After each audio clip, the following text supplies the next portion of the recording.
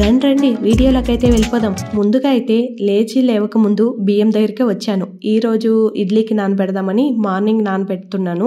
ఎప్పుడు పడుకునేటప్పుడు నానబెట్టేసానంటే లేవక ముందు గ్రైండర్ వేసేస్తాను. కానీ ఈసారి పడుకునేటప్పుడు నానబెడదామని అనుకుంటూనే మర్చిపోయి పడుకునేసాను అనమాట. అందువల్ల నేను నైట్ నానబెట్టలేకపోయాను. అందుకే లేవక ముందు బియ్యం దగ్గరికి వచ్చేసాను. నేనైతే ఇడ్లీ కోసం 2 బియ్యాలు రేషన్ బియ్యమే వాడతాను. ఒకటి ఉప్పిడి బియ్యం, ఇంకొకటి పచ్చి బియ్యం వాడతాను.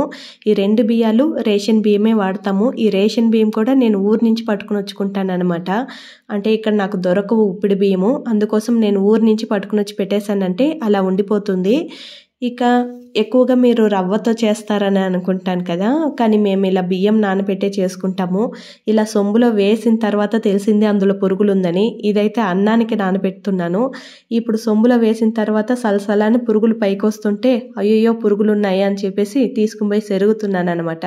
అంటే ఎక్కువగా తెచ్చుకుని ఒక్కసారిగా పెట్టుకునేస్తాను అనమాట బియ్యము. అది వచ్చేసింది. సో అయ్యే కొద్దీ నాకు పురుగులు పడిపోతుంది. చాలా రోజుల వరకు నిల్వ ఉంటుంది కదా బియ్యము, అది అయ్యే కొద్దీ పురుగులు పడిపోతుంది అనమాట. అది నేను చూసుకోలేదు. వీడియో తీస్తూ ఇలా సొంబులో అయితే వేసేసాను. సొంబులో వేసిన తర్వాత సలసలాని పైకి వచ్చిన తర్వాత తెలిసింది పురుగులు ఉన్నాయి అని చెప్పేసి.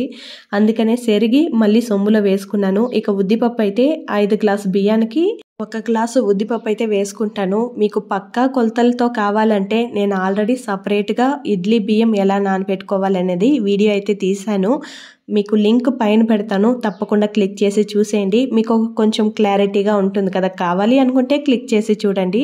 ఇక ఆల్రెడీ తీసిన వీడియోని మరీ లెంతీగా సాగదీయడం నాకు పెద్దగా ఇష్టం లేదు, మీకు బోర్ కొట్టేస్తుంది. అందుకనేసే చెప్తున్నాను. లింక్ అయితే పైన పెడతాను, తప్పకుండా క్లిక్ చేసి చూసేయండి. ఇక బియ్యం అయితే నానబెట్టేశాను కదా, కొంచెం మెంతులు కూడా వేసుకుంటాను. ఇలా నీళ్లు పోసేటప్పుడే బాగా చేత్తో ఇలా నలుముతూ ఉన్నామంటే రేషన్ బియ్యం కదా, ఎక్కువ మురికిగా ఉంటుంది. ఒక 4-5 సార్లన్నా కడగాల్సి వస్తుంది. కడిగిన నీళ్ళని నేను కింద పడేయను, ఇలా బకెట్లో నింపుకుంటాను. ఒకటి చెట్లు కన్నా వేసుకుంటాను, లేదంటే ఎండలు ఎక్కువగా ఉంది కదా, మా ఏరియాలో ఎక్కువ ఆవులు వస్తూ పోతూ ఉంటుంది, దానికి పెట్టేస్తాను అనమాట. మధ్యాహ్నం టైంలో అలా తీసుకుపోయి పెట్టానంటే పాపం దాహానికి అది కూడా నీళ్ళకి ఎక్కడ పోతుంది, అందుకనేసి అలా పెట్టేస్తాను అనమాట. ఒకవేళ ఆవులు తాగలేదే అనుకుంటే ఆ నీళ్ళు తీసుకుని వచ్చి చెట్లకైతే పోసేస్తాను. ఈ నీళ్లు చెట్లకు పోసామంటే ఎంత హెల్దీగా ఉంటుందో, చెట్లు అయితే పురుగులు పడవు, తాజాగా ఉంటుంది. చెట్లు చూడడానికే ఫ్రెష్గా ఉన్నట్టు ఉంటుంది.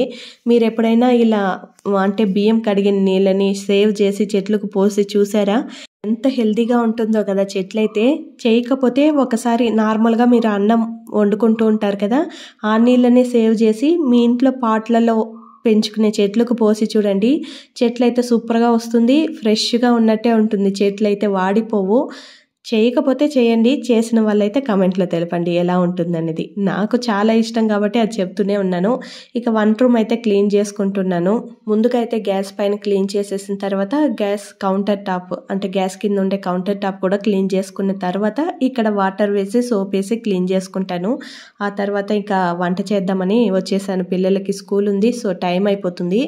మా ఆయన పెళ్ళికి వెళ్ళారని నేను షార్ట్ వీడియోలో చెప్పాను కదా, ఆ రోజు తీసిన వీడియో అన్నమాట.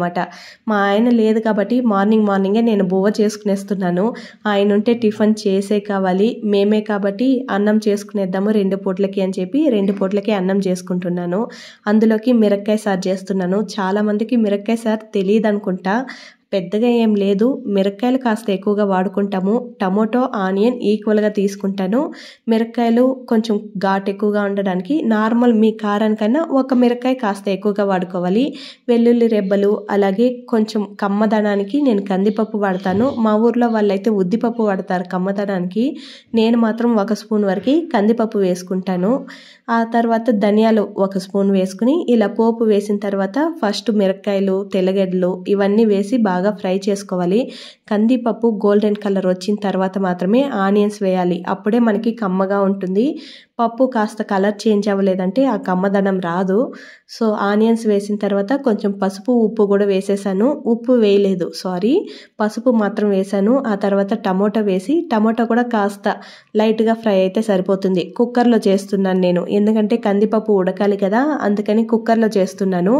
కడాయిలోనే చేసేస్తూ ఉంటారు. మా వాటర్కి ఎక్కువ ఉడకదు పప్పు, అందుకనే నేను ప్రతిదీ కుక్కర్లోనే చేసేస్తాను. ఇక చింతపండు డైరెక్ట్గా వేసేసుకోవచ్చు. చింతపండులో ఎక్కువ తొక్కు ఉందని చెప్పేసి నేను నానబెట్టి యూస్ చేసుకుంటున్నాను. తగినంత చింతపండు కూడా వేసేసుకుని కొంచెంగా నీళ్లు పోసుకుని కుక్కర్ మూత పెట్టి ఒక 3 విజిల్లు వస్తే సరిపోతుంది. కందిపప్పు ఉడికేంత వరకు ఉడికించుకుంటే సరిపోతుంది. 3 విజిల్లు అయితే సరిపోతుంది. కుక్కర్ విజిల్ అయితే వచ్చేసింది. ఇక ఇల్లు క్లీన్ చేద్దామని వస్తేనేమో బెడ్షీట్ కొంచెం చినిగిపోయినింది. ఇంట్లో మిషన్ ఉండడం వల్ల ఎంత హాయిగా ఉందో, ఎప్పుడు ఏది చినిగినా ఇలా కుట్టేసుకుని వాడుకునేవచ్చు. బెడ్షీట్ కొంచెం లైట్గా చినిగిపోయినింది. అది చాలా రోజులుగా చూస్తూనే ఉన్నాను కుట్టేసి వాడుకోవాలని. అది ఇంకా కాస్త వదిలామంటే ఎక్కువ చినిగిపోతుందని ఈరోజు కుట్టేసి వాడేసాను అనమాట. ఇక పప్పు అయితే ఉడికిపోయింది కదా, కుక్కర్లో పెట్టేసాం కదా, అది ప్రెషర్ అంతా తగ్గిన తర్వాత ఇలా తీసి ఇందులో నుంచి వాటర్ అంతా సపరేట్ చేసి రాళ్ళ చట్టీలో వేసుకోవాలి. అప్పుడే ఇది బాగా ఎనుగుతుంది. రాళ్ళ చట్టీ లేని వాళ్ళు మిక్సీ జార్లో వేసుకుని లైట్గా ఒక పల్స్ ఇచ్చుకోండి. అంటే సపోజ్ చాలామంది ఇంట్లో రాళ్ళ చట్టీ ఉండవు కదా, అందుకోసం చెప్తున్నాను. మిక్సీ జార్లో వేసి లైట్గా ఒక పల్స్ ఇచ్చి తీసుకోవచ్చు. కానీ రాళ్ళ చట్టీలో ఎనిపినంత టేస్టీగా మిక్సీ జార్లో రావు కదా. రాళ్ళ చట్టీ ఉంటే మాత్రం రాళ్ళ చట్టీలోనే వాడుకోండి. ఉప్పు వేయలేదని చెప్పాను కదా, ఉప్పు ఇందులో వేసుకుని నీళ్ళు ఏమాత్రం లేకుండా మిగతా ఉండే టమోటాలు అవన్నీ వేసుకుని ఇలా మెత్తగా ఎనుపుకోవాలన్నమాట. చాలామంది నన్ను పర్సనల్గా అడిగిన మాట అన్నమాట ఇది. రాళ్ళ చట్టీలో రాళ్ళు ఉంటుంది కదా, అది వచ్చేవా ఇలా ఎనిపేటప్పుడు వచ్చేస్తుంది కదా అని. రావు. చట్టీ నిండా పాతదైపోతే మాత్రందా వస్తుంది. అవి కొత్తవి కొన్ని సంవత్సరాలు మాత్రమే అవుతుందంటే అవి రాళ్ళు రావు బయటకి. చాలా సంవత్సరాలుగా వాడుతున్నట్టయితే అది రాళ్ళు అయితే వచ్చేస్తుంది అన్నమాట. అంటే 1-2 మాత్రందా వస్తుంది అందులో నుంచి. మీకు ఆ డౌట్ ఉందేమో అనేసి ముందుగానే చెప్పేస్తున్నాను. ఇక ఇలా మెత్తగా ఎనుపుకున్న తర్వాత ఇంతకు ముందు చూపించాను కదా, అదే థిక్నెస్లో మీరు ఉంచుకోవచ్చు. మా ఆయనకి అంత థిక్నెస్లో కావాలి, కానీ నాకు మాత్రం పల్సగా తినాలంటే చాలా ఇష్టం. ఇలా నీళ్లు కొంచెం ఎక్కువగా యూస్ చేసుకుంటాను. పల్సగా ఉండాలి కూర ఎక్కువగా పోసుకుంటాను కాబట్టి నాకు పల్సగా ఉండాలి. ఇంత పల్సనైతే సరిపోతుంది. మీరు ఇంకా తిక్కుగా కావాలంటే ఎంత థిక్నెస్ కావాలో అంత థిక్నెస్కి మీరు నీళ్లు పోసుకుని అడ్జస్ట్ చేసుకోవచ్చు. కారంగా పుల్లగా ఉండే మిరపకాయ సారు అయితే రెడీ అయిపోయింది. మీలో ఎంతమంది ఈ మిరపకాయ సారుని చేసుకుంటారన్నది తప్పకుండా కామెంట్లో తెలపండి. దానికి ఏం పోపు పెట్టలేదని చూస్తున్నారా? పోపు పెట్టాల్సిన అవసరం అయితే లేదు. అలానే డైరెక్ట్గా పెట్టుకుని తినేయడమే. కొంచెం నెయ్యి వేసుకున్నామంటే మరీ ఎక్కువ కారంగా ఉండి అనుకుంటే నెయ్యి వేసుకోవచ్చు. మాకు చిన్నప్పటి నుంచి అలవాటు అనమాట నెయ్యి వేసుకుని తినడం, అందుకని లైట్గా నెయ్యి వేసుకుంటాను. ఇక పిల్లలకైతే స్నాక్స్ పెట్టించేసాను. సపోటా ఉనింది ఇంట్లో, అది పెట్టించేసి పిల్లలకి తినేసి స్కూల్కి అయితే వెళ్ళిపోయారనమాట. ఇల్లు అయితే ఎలా ఉందో చూడండి, గందరగోళంగా ఉంది. అంటే ఇది పెళ్ళికి పోయాను కదా, ఒకరోజు ముందు రోజు నేను పెళ్ళికి వెళ్ళాను కదా, బట్టలు మడవలేదు. మిద్దిపైన నుంచి తీసుకుని వచ్చి అలా సోఫా పైన వేసేసి పెళ్ళికైతే వెళ్ళిపోయాము. ఈ బట్టల్లో నుంచి స్టార్ట్ చేద్దాం క్లీనింగ్ అని చెప్పి దీన్ని ఫస్ట్ మడుస్తున్నాను. ఇక ఇన్ని బట్టలు మడవాలంటే బోర్ కొట్టేస్తుందేమో అని చెప్పి టీవీ పెట్టుకుని టీవీ చూస్తూ బట్టలన్నీ మడిసేసాను అనమాట. ఆ తర్వాత ఒక్కదాని తర్వాత ఒక్కొక్క పని చేసుకున్నాను. అవన్నీ నేను రికార్డ్ చేయలేదు. ఇక అన్నిట్లో ఇల్లు తోయడం, ఇల్లు తొడవడం, సామాన్లు కడగడం ఇవే చూపిస్తూ ఉంటే మీకు బోర్ కొట్టేస్తుందని నేను చూపించలేదు. బట్టలు మడిసేది మాత్రందా చూపించాను. ఇక చూడండి, ఆ తర్వాత కంటిన్యూ చేద్దాం. ఓకేనా?